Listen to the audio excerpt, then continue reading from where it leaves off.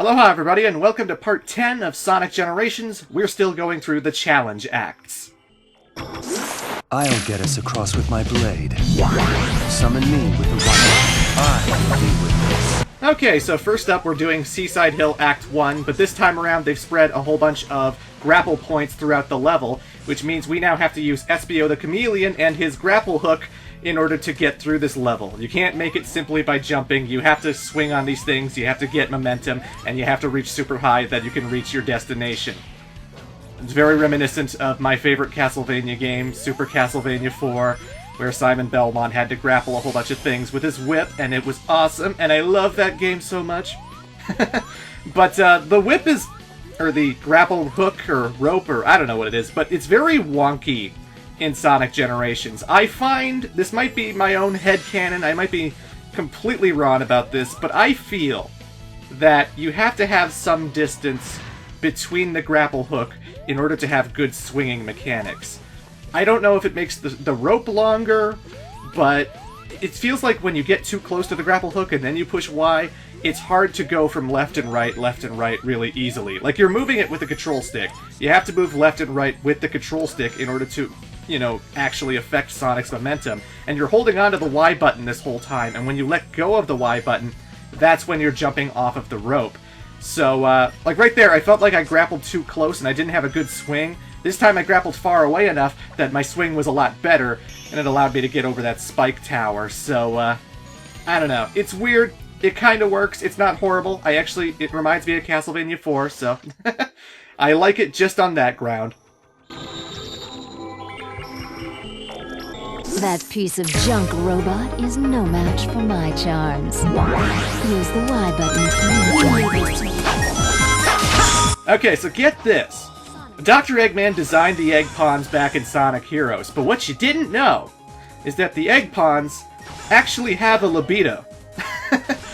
They have desires, okay? They may be a bucket of bolts, but they have desires, and they get incredibly charmed by Rouge the Bat. So anytime you push the Y button, Rouge appears in front of Sonic, and she'll always be facing where Sonic is. If you decide to turn him like 180 degrees in the opposite direction, Rouge will always be hovering right in front of Sonic, and she'll be spreading out all of these hearts.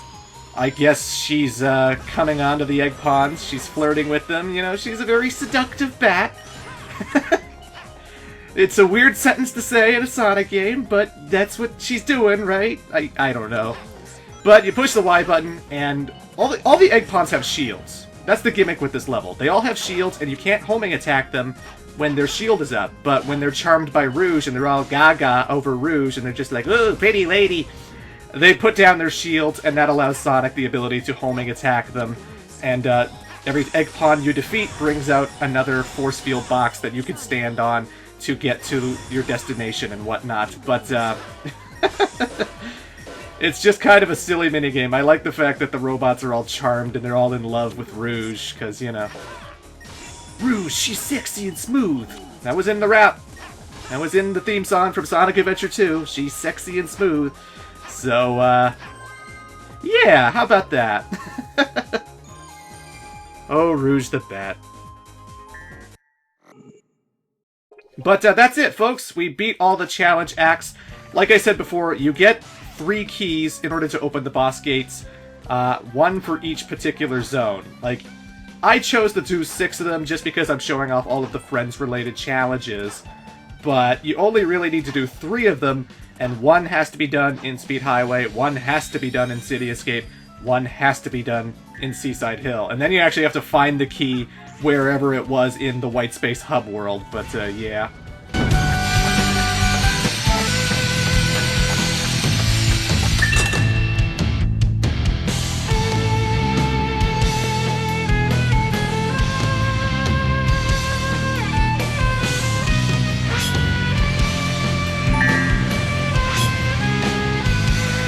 I feel like I know what this song is, too.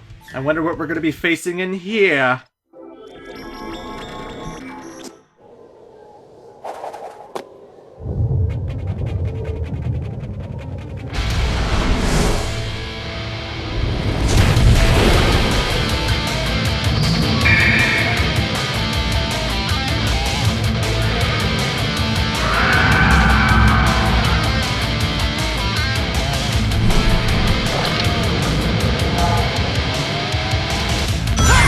Alrighty, folks, we're taking on Perfect Chaos, the final boss of Sonic Adventure, and it plays very much different from how it did in the original Sonic Adventure. For one thing, we're not Super Sonic. For another, it plays like a 2D level, really. We're going through all of this platforming so that we can eventually make it to Chaos, and then we want to boost inside of him so that we go all the way up into his head and damage him, sort of like the original fight. But, this level is very reminiscent of the Dark Gaia phases from Sonic Unleashed, at least the first phases where you had to rush to his eyeballs and homing attack them a lot. Only the good news is there's no time limit, and the level design is a hell of a lot better, so it's not a crap experience to play. I don't care what anyone says, the final boss of this game is not as bad as the final boss of Sonic Unleashed. I hate Dark Gaia so much, but I digress. Perfect Chaos, you know, it's mostly a level. You're basically following the platforming, getting to Chaos, and delivering the coup de grace. You just have to watch out for his water tentacles, because they'll appear in the background ready to hammer you, or hammer the cars that you're facing. You can fall into the water. Like, sometimes the water is just shallow enough that you can run along it, but there are a whole bunch of deep water pools that Sonic will fall in, and he will die, because there's no bottom. So you need to boost along the water to run along it, just like it's Adabat or Seaside Hill. You don't need the full boost bar when you get into Chaos. Like, I actually let go of the boost button as soon as Sonic gets into him. It's not like Sonic Adventure 1, where if you didn't have enough momentum or speed going into Chaos, he shot you right back out. You just have to enter him, and Sonic will automatically go to his head, so it's actually a lot easier than the original game. But we don't want to fall here. Don't want to fall here. I like that they actually transitioned to the second part of the Perfect Chaos boss theme, where at first it's open your heart, and then it gets to the more serious part when we're at the final phase, and yeah. But yeah, just don't fall. Watch out for the water tentacles. Keep aiming for those springs, and homing attack this guy one last time.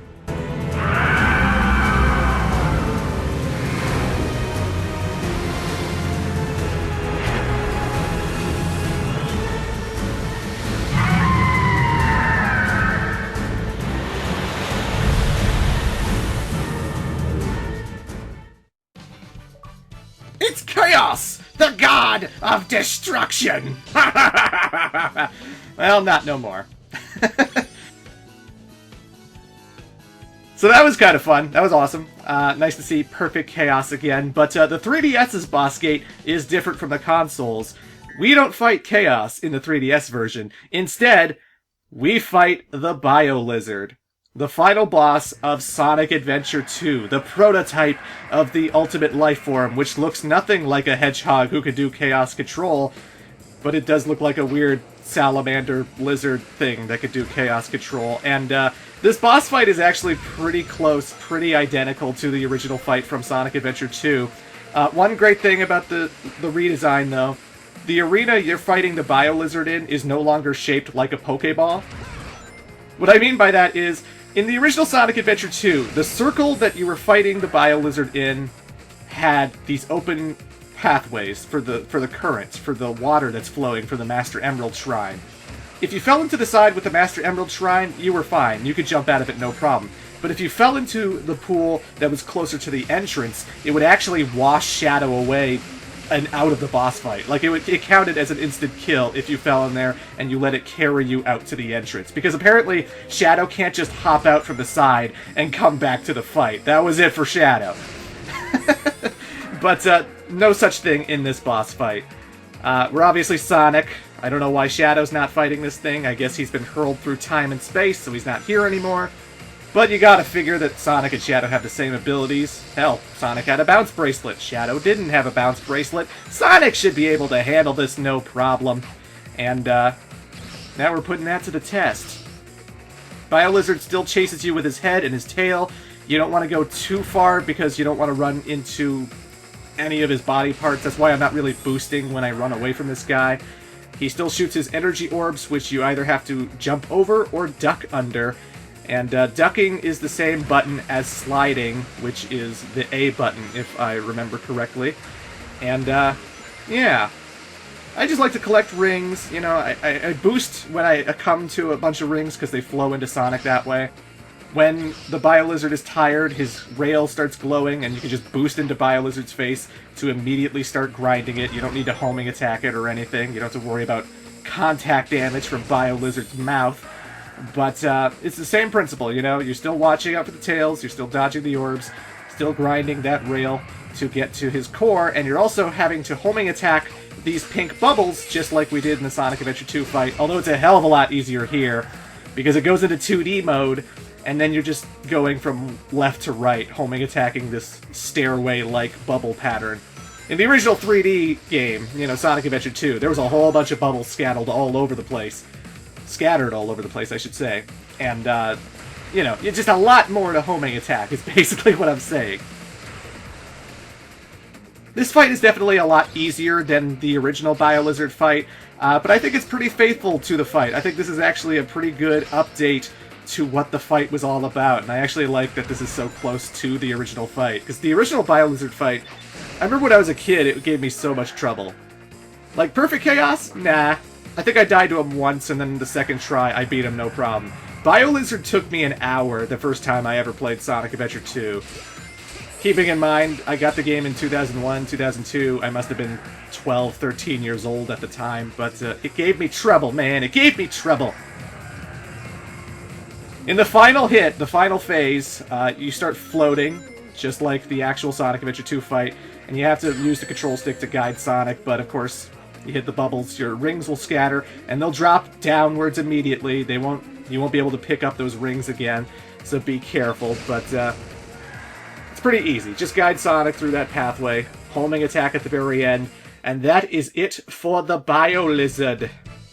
Well, until Sonic and Shadow have to turn Super Form and fight it in outer space later. But that was a fantastic recreation. It's nice being back in this room, even though the arena is no longer a Pokeball. In the console version, by defeating Perfect Chaos, you get the blue Chaos Emerald. So in the 3DS version, I'm going to be getting Special Stage 4 now. This is the real 4th damn Chaos Emerald. You know, something interesting to note about the Biolizard, now that Shadow the Hedgehog has come out. Sonic Adventure 2 came out 1999.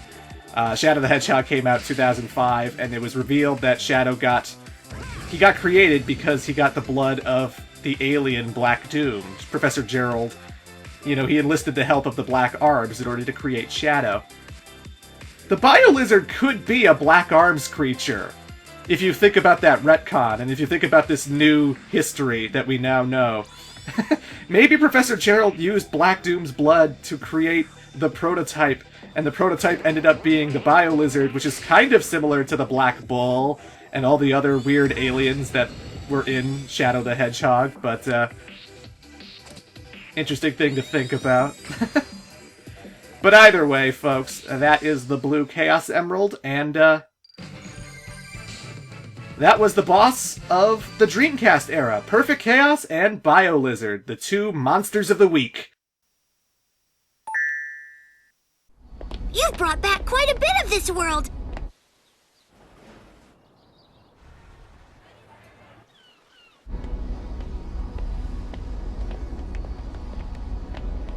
You're doing great, Sonic. You mean you're doing great, Sonics? Right. I may never get used to that. Oh! Watch out!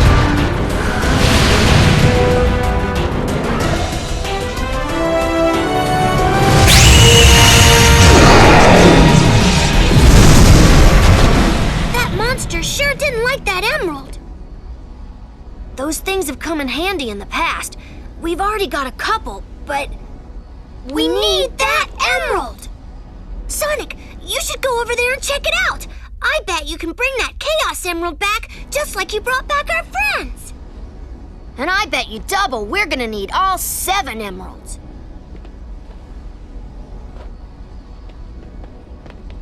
You guys have your work cut out for you. An adventure's no fun if it's too easy. That's kind of ironic, Sonic, considering a lot of people consider Sonic Generations pretty easy. This is certainly an easier game in comparison to Sonic Unleashed and Sonic Adventure 2 and stuff, but anyway, folks, we are now entered the new era, the final era of Sonic Generations. We've entered the modern era. So we're 3 zones away from the end of the whole entire game. I know, that was quick. And no, I didn't miss anything from the 3DS side. There were only 2 levels for the Dreamcast era, just like there's only going to be 2 for this next upcoming era. So come back for part 11 when I look at the first 3DS stage and the first console stage. I got a bad feeling about this, of the modern era. Till then.